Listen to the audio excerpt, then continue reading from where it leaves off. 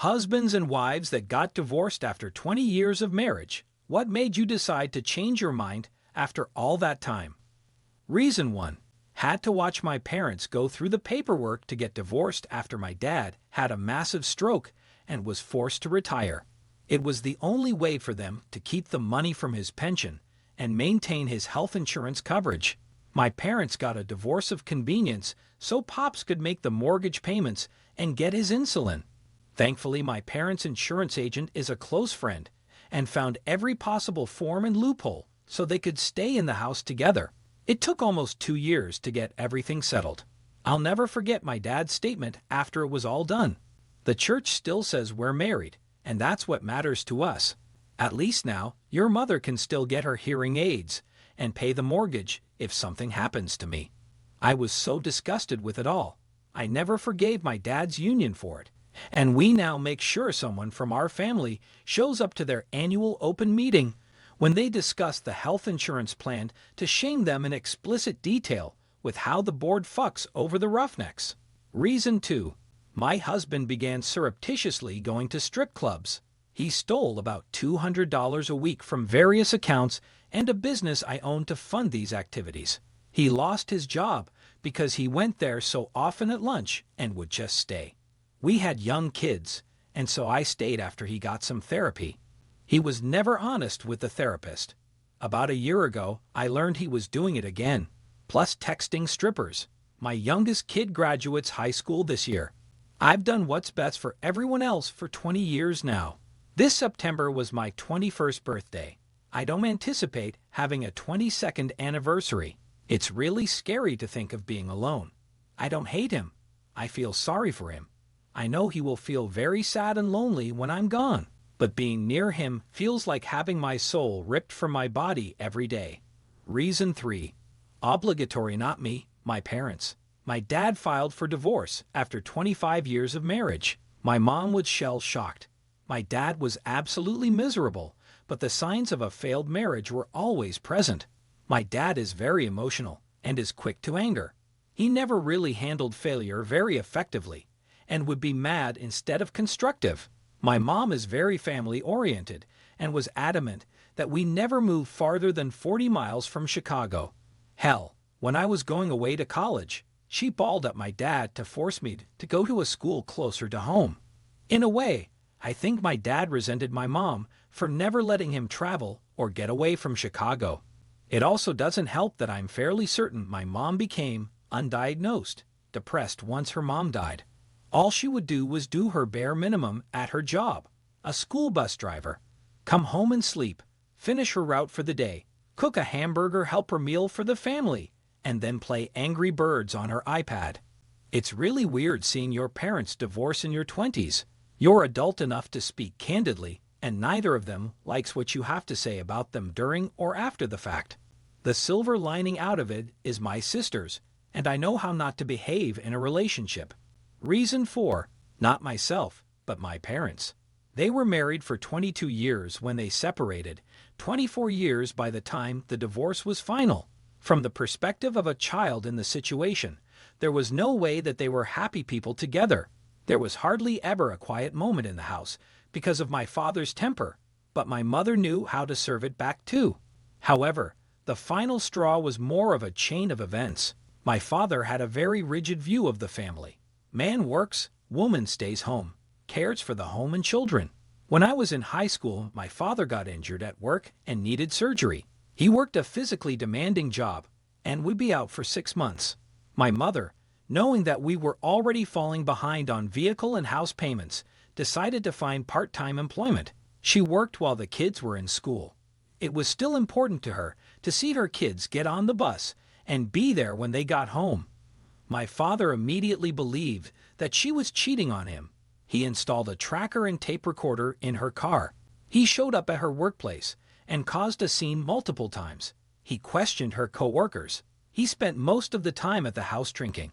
This was not an equal partnership, and it really never was. You should have seen how hurt he acted when my mom finally asked for a divorce. But he'd rebounded real quick. All he had to do was tell some woman on Plenty of Fish his sob story, and he moved right into her house. He spent a couple of years treating her and her children horribly before she kicked him out. Only took him a couple of weeks in a hotel to find another woman to let him move in. Reason 5. Parents divorced after 25 years when my mom had what we thought at the time was a midlife crisis. She told my dad by draining $3,000 from the joint checking account to fund her divorce lawyer. 6 years later, they were officially divorced since she blew through that money on different lawyers that kept firing her as a client. We later ruled out midlife crisis when her behavior started to become more odd, erratic, and paranoid. She was in her early 50s when this behavior started. Now we, myself, and my sister-in-law with psychology experience, think she has late-onset bipolar, and I say think, since we can't get her officially diagnosed, since she believes nothing is wrong with her. She lives in NY, and it is super hard to commit someone there, unless they are a danger to themselves or other people. She's not dangerous, just can't hold down a job, and lives in her car due to her own insubordinate sporadic paranoid behavior, but blames everyone else. No, she's not a narcissist, just mentally ill since she was never like this when we were growing up. She was very selfless and caring when she was younger. Edit.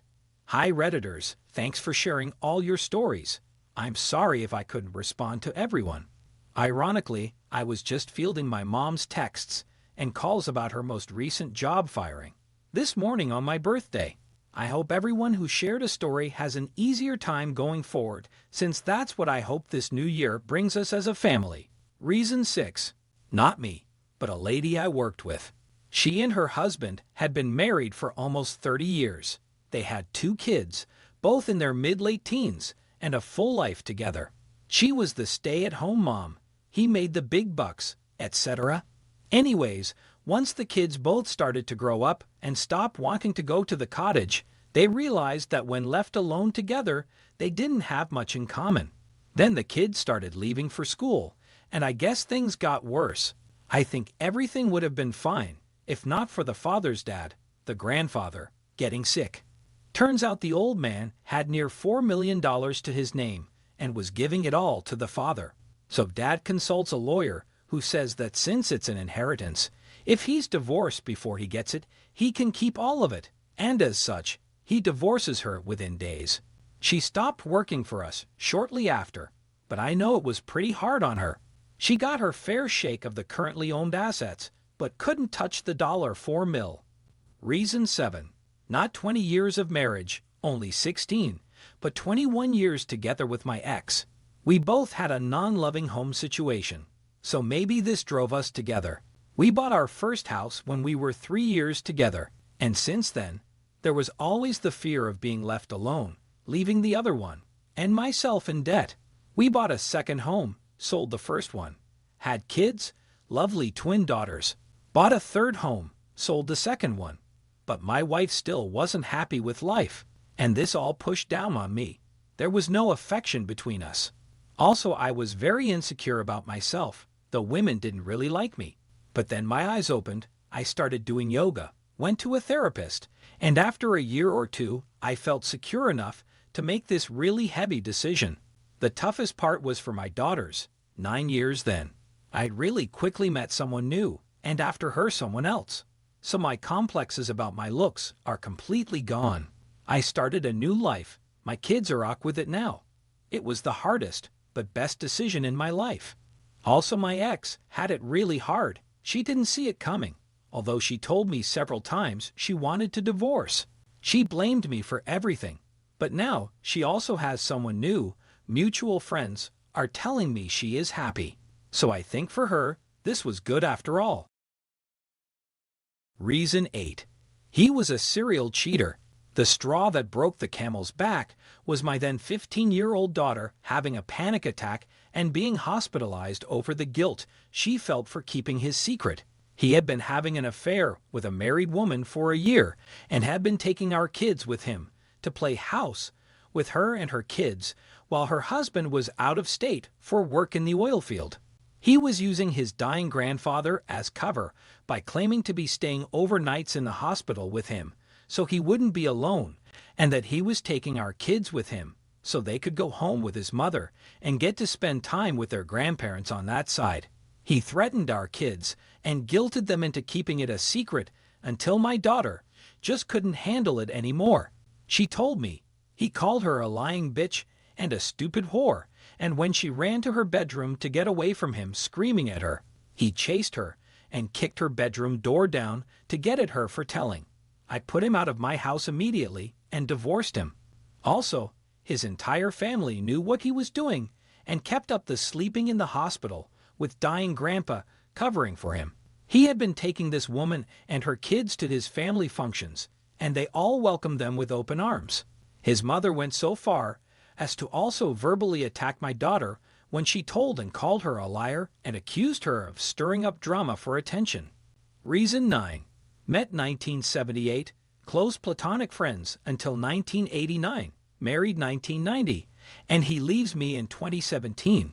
When I asked him why, he replied, "I didn't feel you were my friend anymore." Oh really? After birthing and raising two great kids, after being the main breadwinner for the entire marriage, after letting you take 70% of our assets in the uncontested divorce, because I was more worried about how you'd get along than I was about how I would get along. And you think I was not your friend? He was always an idiot, and he still is. He ripped our family apart, and now he's living in a crappy little trailer. He started smoking again. He's developed heart disease, KARMA, and he's pissing through his money so fast it's astounding. I'm no longer around to save him from his own stupidity. So basically, for no good reason on earth, he abandoned me and ripped apart our family. His new GF has poor health, is far less attractive, and is basically keeping him on the back burner and stringing him along to make her real BF jealous, and he idolizes this cheating, lying slut. I'm well rid of him, I know, but it was a tough adjustment. It's human nature to yearn for the familiar, even when it's an abusive situation. I'm struggling with loneliness and with adjusting my entire future. I didn't want to be dating at this age, but sometimes the loneliness gets to be too much. Yes, he was an idiot I'm well rid of, but he was also another person in this now empty house. And it kills me when our kids mention him. They don't know it. I always assure them I love their father, which I do, but I could never take him back. And I encourage their relationship with him. On the inside, I want to take them and shake them and scream, "How can you still associate with this loser who tore our family to shreds? Who has made certain there'll never be another family diner, holiday, or vacation? Who abandoned your mother and broke her heart with such cruelty? How can you?" But I never say anything like that, and I never will. It's so complicated. My life is both better and bitter without him.